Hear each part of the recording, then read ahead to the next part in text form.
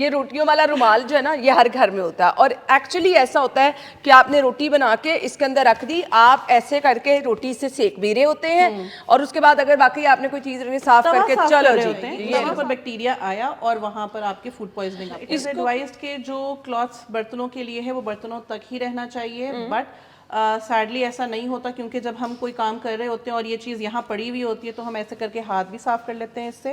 और अगर हमने छुरी इस्तेमाल की है तो हम इस तरह छुरी साफ करके उसको यूज़ भी कर लेंगे। अच्छा, अभी मैं आपको कुछ ना ये दिखा रही हूँ, ये हम सबके किचन में मौजूद होते हैं जी। एक इस टाइप का है, ये कुछ टॉवल टाइप है। इसको हम क्या करते हैं अक्सर, मैंने देखा बर्तन धोने के बाद ना आप इसको क्लीन ऐसे बर्तन ड्राई करके रख लेते हैं, अच्छी प्रैक्टिस है। बट इससे अगर आप बर्तन अपने क्लीन कर रहे हैं तो ये अलहदा सिर्फ बर्तनों के लिए ही होना चाहिए, और अगर नहीं होता तो क्या होगा? अच्छा, इट इज़ एडवाइज्ड के जो क्लॉथ्स बर्तनों के लिए है वो बर्तनों तक ही रहना चाहिए, बट सैडली ऐसा नहीं होता, क्योंकि जब हम कोई काम कर रहे होते हैं और ये चीज़ यहाँ पड़ी हुई होती है तो हम ऐसे करके हाथ भी साफ कर लेते हैं इससे। और अगर हमने छुरी इस्तेमाल की है तो हम इस तरह छुरी साफ करके उसको यूज़ भी कर लेंगे। सो ये कहीं ना कहीं या कहीं अच्छा, वैसे ऑनेस्टली स्पीकिंग मैं यहाँ पे ये 1-2 दफ़ा मैंने भी किया है खाना बनाते हुए ना, नहीं आपको पता चलता ना, आपने अच्छा वेजिटेबल कट की हैं तो जल्दी से अब उसी नाइफ से हम वेजिटेबल कट कर रहे हैं और उसी से फ्रूट्स वगैरह भी कट कर रहे हैं, फिर उससे हम पका हुआ खाना भी स्टेक्स वगैरह भी काट रहे हैं। सो इट इज़ एडवाइज कि आपके पास पेपर टावल्स किचन में अवेलेबल होते हैं या टिश्यू होता है। सो कोई भी चीज़ आपने अपनी कोई हाथ धोने का टाइम नहीं है और आपने क्लीन करना है तो आप टिश्यू से क्लीन करें, नॉट द पेपर्स, क्योंकि एक इस तरह का अगर क्लॉथ्स वगैरह जैसे ये बहुत कॉमन है, ये एक ऐसी चीज़ है जो हर घर में अवेलेबल होती है, जो रोटी रखने के लिए यूज की जाती है। और वो रोटी रखने के लिए उससे हम रोटी सेक भी रहे होते हैं, हम उसके अंदर रोटी रख भी रहे होते हैं, और फिर उससे हम हॉट पॉट भी इर्द गिर्द से हल्का फुल्का साफ कर देते हैं। सो ये एक यूनिवर्सल कपड़ा यूज हो जाता है जो सबसे गंदा। ये वाकई ये रोटियों वाला रुमाल जो है ना, ये हर घर में होता है। और एक्चुअली ऐसा होता है कि आपने रोटी बना के इसके अंदर रख दी, आप ऐसे करके रोटी से सेक भी रहे होते हैं, और उसके बाद अगर वाकई आपने कोई चीज साफ करके चलो जी, तवा साफ कर रहे होते हैं। सो ये चीज बहुत बड़ा हैजर्ड क्रिएट हो जाती है हमारे। वाकई ये प्रैक्टिस तो बहुत नुकसान इसका क्या होता है? बैक्टीरिया जो रोटी आपने, क्योंकि रोटी दोबारा पकना नहीं है, रोटी उस टेम्परेचर पे कभी भी नहीं वापस जाएगी, उसके ऊपर बैक्टीरिया आया और वहां पर आपके फूड पॉइजनिंग आपको। इसको कितनी देर बाद वॉश करना चाहिए? कुछ लोग तो महीनों ही नहीं करते हैं भाई। इट इज एडवाइज्ड कि आप एटलीस्ट अगर ये यूज एक दफा हो चुका है, it should B washed again. Okay, but normally Pakistan में ऐसी प्रैक्टिस नहीं है, हम जब तक मशीन नहीं लगेगी कपड़ों की, हम ये कपड़ा तब तक यूज करते रहेंगे। और इसको मशीन में भी प्लीज मत धोएं जी, वो भी बड़ा नुकसान है। कपड़े पहनने वाले मशीन में आप धोते हैं। लें जी, ये भी ऑलमोस्ट हर घर में मौजूद होते हैं। बिल्कुल, ये देखें जी, ये इससे हम स्लैब भी साफ कर रहे होते हैं, इससे हम वो टेबल भी साफ कर रहे होते हैं जिस पे बैठ के हमने कटिंग शटिंग की है। सो इसका क्या रोल होता है और इसको क्या कैसे? पर्टिकुलरली सिर्फ आपके टेबल टॉप्स के लिए यूज होते हैं, जो किचन के टॉप्स होते हैं, जैसे ये आपका टॉप है, इसके लिए यूज होते हैं। और इसको भी ये रीयूजेबल भी हो सकता है, बट ये सिर्फ क्लीन कर रहा है, ये गंद सिर्फ हटा रहा है, ये नहीं बताता कि इसमें बैक्टीरिया लेस है।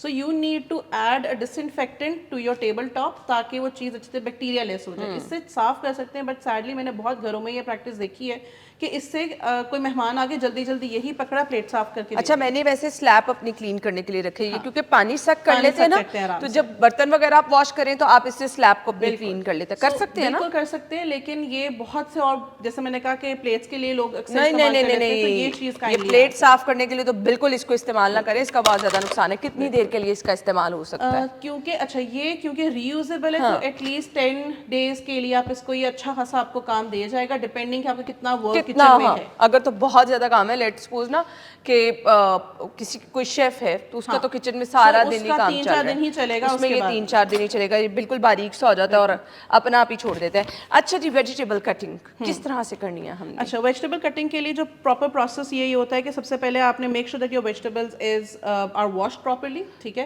वो प्रॉपर वॉश होनी चाहिए। अच्छा, अब इस तरह से जब हम वेजिटेबल बाजार से लेके आते हैं ना, तो वो इसी तरह से होती है ये, तो इसको वॉश करने का क्या तरीका है? प्रॉपर कटिंग, कुछ लोग तो कटिंग जब कर लेते हैं ना उसके बाद वॉश करते हैं, ये प्रैक्टिस कैसी है? अच्छा, नहीं, सबसे पहले जब भी कोई सब्जी वगैरह आप घर में लेकर आए, उसको एक ढेर सारे पानी के अंदर, फॉर एग्जांपल मैंने कोई भी एक फॉर एग्जांपल ये एक बड़ा बोल है, इसके अंदर ढेर सारा पानी रखें, इसके अंदर आप सब्जियां डालें, पानी डालने के बाद, सब्जियां डालने के बाद इसको कोई 5 से 10-15 मिनट रख दें। इसके अंदर विनेगर डाल दें।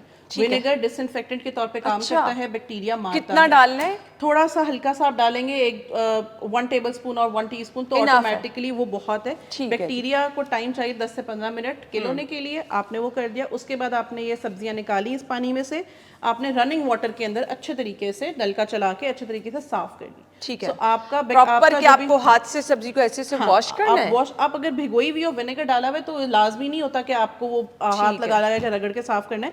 बट रनिंग वाटर में हम साफ इसलिए क्योंकि विनेगर की स्मेल भी होती है, विनेगर भी ना लगा हुआ हो, कोई और सॉइल ना लगा हो, तो रनिंग वाटर में तेज पानी के अंदर आप हल्का सा उसको रख के, वो आपका एक प्रॉपर एक हो जाता है कि ये चीज साफ है। ठीक हो गया। वंस ये साफ होगी, make sure that your hands are clean as well. आपके हाथ साफ होने चाहिए, कोई ज्वेलरी कोई इस तरह की चीज ना पहनी हुई हो। नॉर्मली हमने रिंग्स वगैरह पहनी हुई होती है, ब्रेसलेट पहने हुए तो वो चीज ना हो। आपकी नाइफ बहुत ज़्यादा क्लीन होनी चाहिए।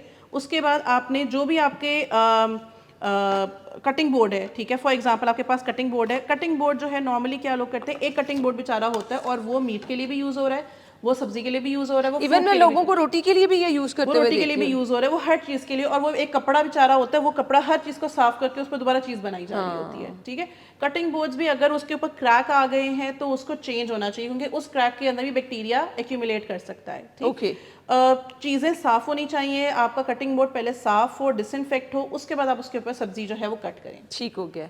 अब कटिंग करने के लिए फॉर एग्जांपल मैंने ये एक चीज़ कट कर दी, और उसमें क्या होता है, बहुत से टमाटर जैसे लोग कहते हैं कि बीज नहीं खाने चाहिए, बहुत मसला होता है बीज से। अगर आपके फैमिली में किडनी स्टोन्स का इशू नहीं है तो नॉर्मली हम खानों में बीज डाल ही रहे होते हैं, टमाटर को उसका इतना इशू नहीं है। सो आपने इसको एक नॉर्मल कट करने के बाद, फॉर एग्जांपल मैं ये एक चीज़ कट कर रही हूँ और मैंने अभी ये इंस्टेंट इस्तेमाल नहीं करनी। ठीक है, ठीक है। अच्छा, एक और चीज़, जब हम कोई भी जैसे ये वेस्टेज है, वेजिटेबल वेस्टेज है, अब लोगों के घरों में एक पूरा पाइल बन जाता है यहाँ पर, जहाँ पर वो चीज़ें रख रहे होते हैं, वेस्टेज रख रहे होते हैं, ऐसे ही बिल्कुल। It should be clean as soon as possible. वो चीज़ डस्टबिन में जानी चाहिए आपकी, ताकि आपका काउंटर टॉप खराब ना हो या गंदा ना हो। आप उसको, फॉर एग्जाम्पल मैंने सब्जी ली, अब इसमें लोग क्या करते हैं, कोई भी वो लिया, कपड़ा लिया, कपड़े से आपने इस तरीके से आराम से खाना इसके अंदर डाल दिया। अब नेक्स्ट मैंने कोई भी चीज़ और कट करनी है, फॉर एग्जांपल मैंने मीट कट करना है, तो इसमें मैं टमाटर कट किया हुआ था। अब लोग क्या करेंगे, एक कपड़ा पकड़ेंगे कोई सा भी, ठीक है, इसको ऐसे वॉश, साफ किया, वो साफ हो गया, इसको ऐसे किया, and now move on to the next vegetable. That is wrong. Okay, ठीक है। सो अच्छा, पहले तो प्रोफेशनली हम ये बात कहते हैं, लेकिन घरों में पॉसिबल नहीं, मेरे घर में भी खुद पॉसिबल नहीं है, कि डिफरेंट कलर्स के चॉपिंग बोर्ड्स होते हैं। ठीक है, red chopping board is for red meat, green is for vegetables, white is for dairy products. लेकिन घरों में ये चीज़ इतनी पॉसिबिलिटी नहीं होती, तो हम कहते हैं कि एटलीस्ट आप रेड मीट रॉ चीज़ों के लिए और कुक चीज़ों के लिए अलग अलग रख लें। बिल्कुल, ये आप इतना डिफ्रेंसिएशन जो है वो पॉसिबिलिटी